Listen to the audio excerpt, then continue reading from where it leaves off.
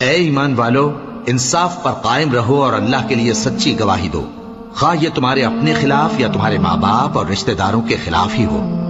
اگر کوئی امیر ہے یا فقیر تو اللہ ان دونوں کا زیادہ خیر خواہ ہے، بس تم خواہش نفس کے پیچھے چل کر عدل کو نہ چھوڑ دینا۔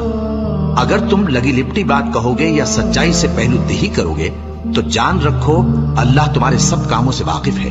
مومنو، اللہ پر اور اس کے رسول پر اور جو کتاب اس نے اپنے اس پیغمبر پر نازل کی ہے اور جو کتابیں اس سے پہلے نازل کی تھیں سب پر ایمان رکھو، اور جو شخص اللہ اور اس کے فرشتوں اور اس کی کتابوں اور اس کے پیغمبروں اور روز قیامت سے کفر کرے وہ رستے سے بھٹک کر دور جا پڑا۔